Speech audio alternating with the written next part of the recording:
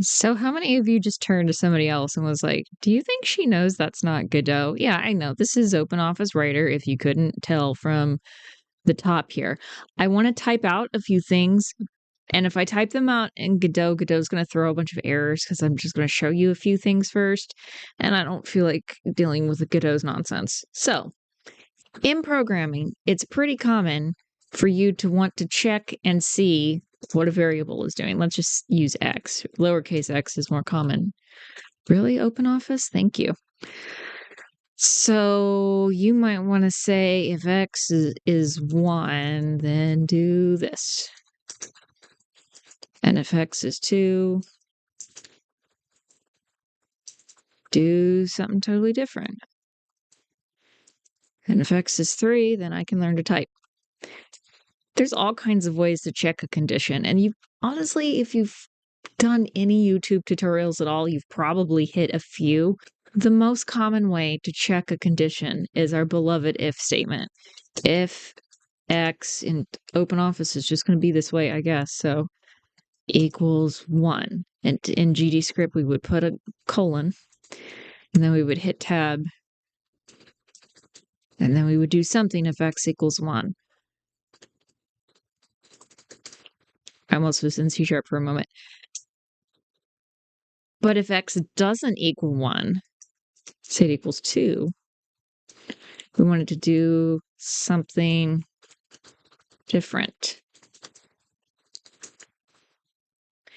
Let's say, like, what happens if x doesn't equal 1 and x doesn't equal 2? Do we type out all the conditions? We could, but we can also just hit it with an else.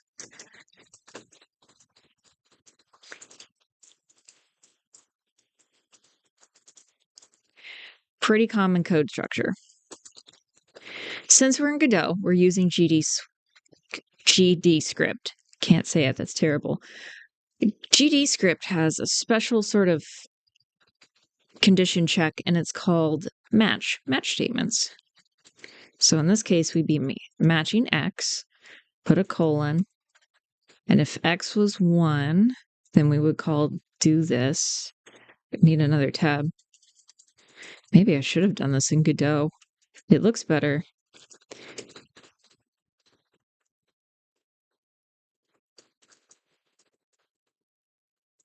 Match statements look like that. And what will happen is Godot will hit this and go, okay, x equals 2. And it'll pop through the options that go, oh, that's what you want me to do if x equals 2. I got it. You'll hear around the internet that match statements are more efficient than if statements. That's not wrong, but the difference is really, really, really small. And in a game like ours, a human would probably never notice the difference. So I honestly like match statements because I think they're easier to read. But if you did what we're going to do today in an else statement, guess what? You're still fine. If you're coming in from another language, you probably are saying, wait a minute, that looks like a switch statement, which would look something like this. I'll do it in C# because you're all probably ex-Unity devs anyway.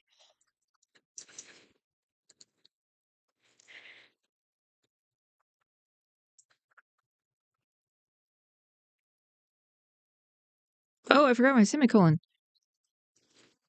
Does this look familiar?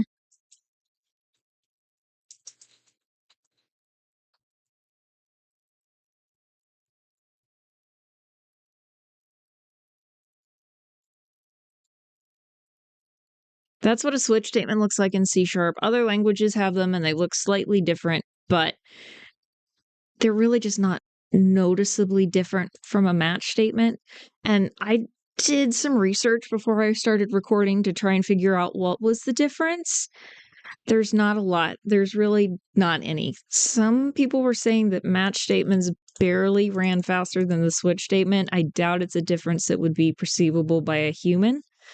If you wanted to get out like clocking software and measure it in milliseconds, you might come up with something. Some people say switch statements are also faster than if statements. Once again, it's probably not a difference that would be clockable by a human.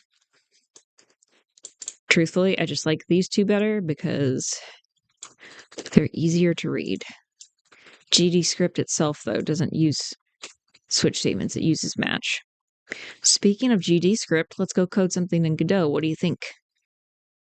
Hi, welcome back to Godot. Let's go to our dice.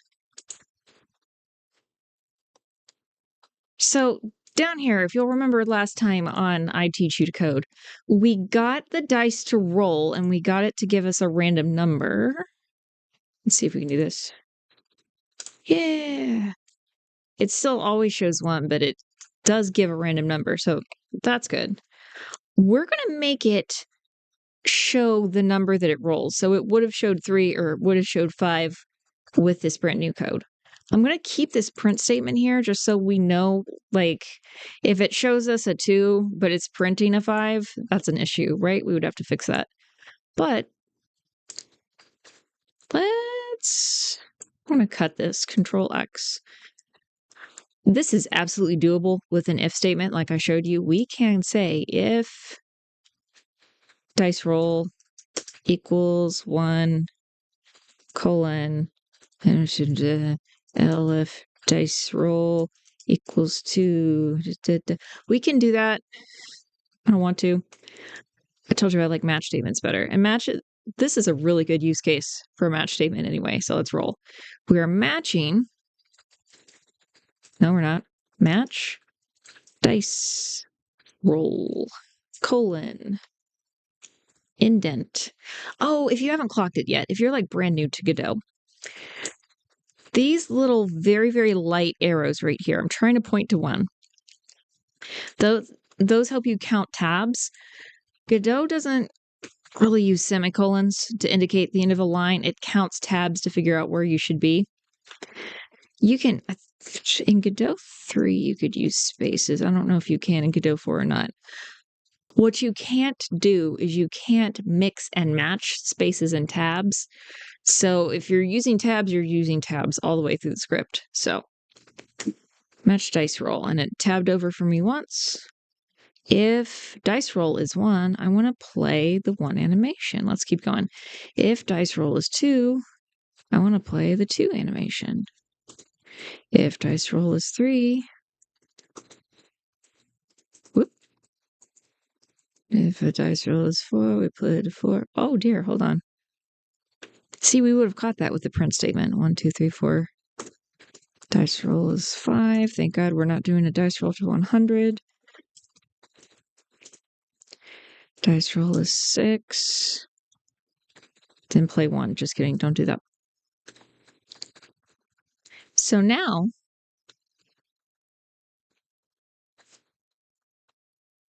if I click, it's a 3, it shows a 3. It's a 6, it shows a 6. It's a 6, it shows a 6. Let's see if we can get a good spread of numbers here. It's a 5, still a 5, still a 5. Okay, there's a 3. Can I get a 2? There's a 1. You get the idea. It's working, right? This is also fine. You can absolutely put this code in production and nobody would notice. Some of you who've coded before, just a little bit, probably went, wait a minute.